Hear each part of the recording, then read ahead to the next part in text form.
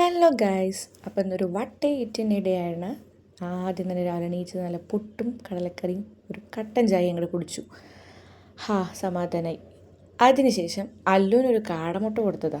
അതിൻ്റെ ഒപ്പം ഞാനും ഒന്ന് കഴിച്ചു കേട്ടോ. പക്ഷെ അത് വായിലിട്ടതിന് ശേഷമാണ് വീഡിയോ എടുക്കാൻ ഓർത്തത്. പിന്നെ ഒരു കഷ്ണം കേക്ക് കഴിച്ചു.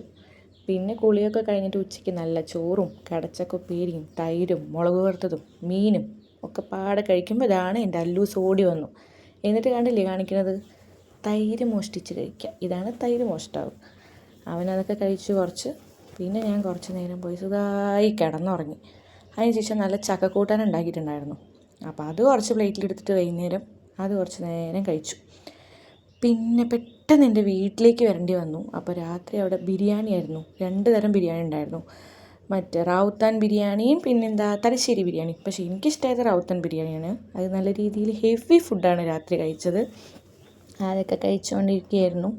ഞാൻ മാത്രമേ ഉണ്ടായിരുന്നുള്ളൂ, ഏട്ടൻ വന്നിട്ടില്ല. പിന്നെ സുഖമായി കിടന്നുറങ്ങി.